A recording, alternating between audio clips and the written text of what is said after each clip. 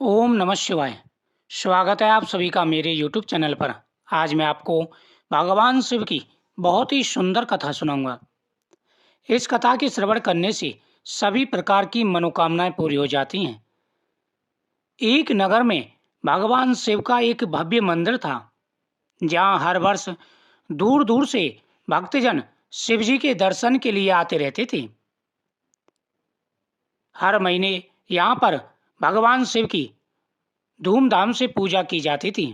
दूर दूर से कांवड़िया कांवड़ लेकर भगवान शिव का जलाभिषेक करने आते थे। मंदिर का परिसर भक्तों की भीड़ से भरा रहता था। एक बार मंदिर का परिसर खचाखच भीड़ से भरा हुआ था। भक्त ओम नमः शिवाय मंत्र के जयकारे लगा रहे थे।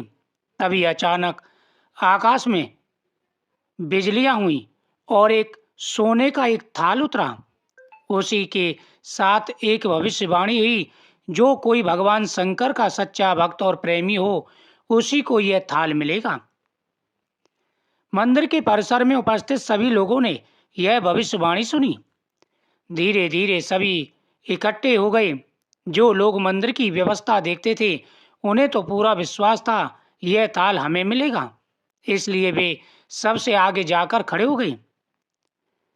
सबसे पहले एक पंडित जी आए और बोले, देखिए, मैं प्रतिदिन महादेव का अभिषेक करता हूँ, अतः मैं ही भोलेनाथ का सबसे निकटवर्ती प्रेमी हूँ और भक्त हूँ, इसलिए थाल मुझे मिलना चाहिए। इतना कहकर पंडित जी ने थाल उठाया। जैसे ही पंडित जी ने थाल उठाया, थाल पीतल का हो गया। यह देखकर पंडित जी बड़े लज्जित हुए। उन्होंने थाल यथास्थान पर रखा और वहां से निकल गए। इसी प्रकार वहां उपस्थित सभी पंडितों ने खुद को आजमाया, लेकिन शायद उनमें से कोई भी सच्चा भक्त नहीं था। उन्हें भी थाल यथास्थान पर रखकर चले जाना पड़ा। इसके बाद उस नगर के राजा का आगमन हुआ। राजा आगे आए और बोले, मैंने महादेव के मंदिर में बड़ी भारी दान दक्षिणा दी है, इसलिए यह थाल मुझे मिलना चाहिए। इतना कहकर राजा आगे बढ़े और थाल उठाया। जैसे ही राजा ने थाल उठाया, थाल तांबे का हो गया। यह देखकर महाराज भी लज्जित हो गए और यथा स्थान थाल को रख करके वह एक तरफ खड़े हो गए। इसके बाद इसी तरह एक से बढ़कर एक दानी, महात्मा और भक्त पधारे और थाल उठाया, लेकिन किसी के हाथ में कुछ और नहीं आया। जैसे ही वो थाल उठाते, कभी लोहे का हो जाता, कभी तांबे का हो जाता, कभी स्टील का हो जाता। इस प्रकार से थाल का रंग बदलता रहा, लेकिन सोने का थाल किसी का नहीं रहा। तब लोगों को पता चला कि हम में से कोई भी महादेव का सच्चा भक्त नहीं है। उसी समय एक किसान का आगमन हुआ। वो बेचारा महीनों बाद आज भगवान शिव के मंदिर आया था। शुभ अवसर पर शिव जी के दर्शन करने आया था। गरीबी और गृहस्थी के बोझ तले दबा दिन रात खेतों में मेहनत मजदूरी करके अपना और अपने परिवार का गुजारा करता था। अभी रास्ते में आ ही रहा था कि कोई भिखारी मिल गया और कुछ मांगने को लगा। इस किसान को दया आ गई। अपने खाने के लिए जो खाना लाया था, वो उसने उस भिखारी को दे दिया। थाल के बारे में इसने भी सुना था, लेकिन इसने उस ओर कोई ध्यान नहीं दिया। सीधा मंदिर में गया और महादेव का पूजन करके बाहर आ गया। परिक्रमा करके जाने को हुआ, तभी पीछे से एक व्यक्ति बोला, भाई, तुम भी थाल को उठाकर देख लो, हो सकता है तुम ही भगवान शिव के सच्चे भक्त हो, तुम्हें थाल मिल जाए। किसान को लगा वह व्यक्ति उसका मजाक बना रहा है। किसान ने हंसते हुए कहा, भाई, मैं तो कभी कोई पूजा पाठ भी नहीं करता। महीनों में एक आध बार भगवान शिव के मंदिर आ जाता हूँ और भगवान शिव की भक्ति कर लेता हूँ, इसलिए मैं तो सच्चा भक्त हूँ ही नहीं। वह अजनबी बोला, भाई, हम तो देख चुके हैं, हमारी भक्ति दो कौड़ी की भी नहीं है। अब तुम भी अपना हाथ आजमा करके देख लो। सोने का थाल मिले ना मिले, किंतु पता तो चल जाएगा कि तुम्हारी भक्ति कितनी सच्ची है। लोगों के बहुत आग्रह करने पर आखिर उस भोले भाले किसान ने जाकर थाल उठा ही लिया। जैसे उसने थाल उठाया, लोगों के आश्चर्य का ठिकाना नहीं रहा। सोने का थाल रोशनी से जगमगाने लगा। यह देख सब लोगों में खुशियों की लहर दौड़ गई। सभी लोग उसके जयकारी लगाने लगे और पूछने लगे, भाई तुम ही सच्चे भक्त हो, अब हमें भी बता दो कि कैसी भक्ति करते हो जिससे महादेव तुमसे इतने प्रसन्न हैं। तो किसान बोला, भाई मैं कोई भक्ति नहीं करता, मैं केवल दिन भर खेतों में काम करता हूँ और थोड़ा समय निकालकर जरूरतमंद लोगों की मदद करता हूँ। इसके अलावा मैं कोई विशेष कार्य नहीं करता। लोग पूछने लगे, तुम लोगों की मदद क्यों करते हो? हंसते हुए किसान बोला, सुकून। दूसरों के चेहरे पर मुस्कान देखकर मुझे जो आनंद और खुशी मिलती है उसे मैं शब्दों में बयां नहीं कर सकता। शायद यही कारण है कि महादेव मुझसे प्रसन्न हैं। इसलिए हमेशा याद रखें, सत्कर्म का आरंभ ही आनंद का आरंभ होता है और अंत भी आनंददायक होता है। दुष्कर्म का आरंभ भी दुख से होता है और अंत भी दुखदायक होता है। आप सैकड़ों मील की यात्रा करके भी दूसरों का दिल दुखाते हो। आपकी यह तपस्या, साधना और महादेव का दर्शन धूल के बराबर है। जो व्यक्ति सच्चे मन से भगवान शिव की पूजा करते हैं उन्हें इन बातों का विशेष रूप से ध्यान रखना चाहिए। भगवान शिव की दूसरी कथा, मासूम शिव भक्त। एक सच्ची कहानी। शंकर एक अनाथ लड़का था। उसको जंगल में रहने वाले शिकारियों के एक गिरोह ने पाला था। उसके पास कोई औपचारिक शिक्षा नहीं थी। वह केवल एक चीज जानता था कि उसे कैसे जीवित रहना है, शिकार करना और उसको मारना तथा जंगल के फलों को खाना और नदी के पानी को पीकर अपने आप को जीवित रखना जानता था। एक दिन वह अपना रास्ता भटक गया और उसने देखा कि कुछ लोग नदी के किनारे पर बने एक पत्थर की आकृति के चारों ओर जोर जोर से चिल्ला रहे हैं। कुछ लोग उस पर फूल, फल और नारियल चढ़ा रहे हैं। शायद उसने सोचा यह कोई मकान होगा जिसमें लोग रहते होंगे, पर यह एक प्राचीन मंदिर था। यह मंदिर बहुत ही प्राचीन था और इसमें दूर दूर से लोग आकर के भगवान भोलेनाथ की पूजा किया करते थे। सभी बेलपत्र चढ़ाते, भगवान के सामने दीपक जलाते और अपनी प्रार्थना भगवान से बोला करते थे। शंकर यह सारी बातें दिख रहा था। लोग अंदर जा रहे थे और अंदर से बाहर आ रहे थे। थालियों में सामान लेकर के, सामग्री लेकर के जा रहे थे और खाली थाली लेकर के आ रहे थे। अब शंकर से रहा नहीं गया। उसने एक ब्राह्मण से पूछा कि यह सब क्या है, लोग अंदर क्यों जा रहे हैं और अंदर से बाहर किस लिए आ रहे हैं, और साथ ही साथ ये जो सामग्री लेकर के जा रहे हैं उस सामग्री का अंदर क्या हो रहा है। उसने कहा कि यह भगवान भोलेनाथ का मंदिर है, यहाँ लोग भगवान शिव की पूजा करते हैं, उनकी पूजा के लिए दूर दूर से यहाँ पर लोग आते हैं। फिर उसने कहा, ये जो सामग्री लेकर के जा रहे हैं इस सामग्री का क्या करते हैं।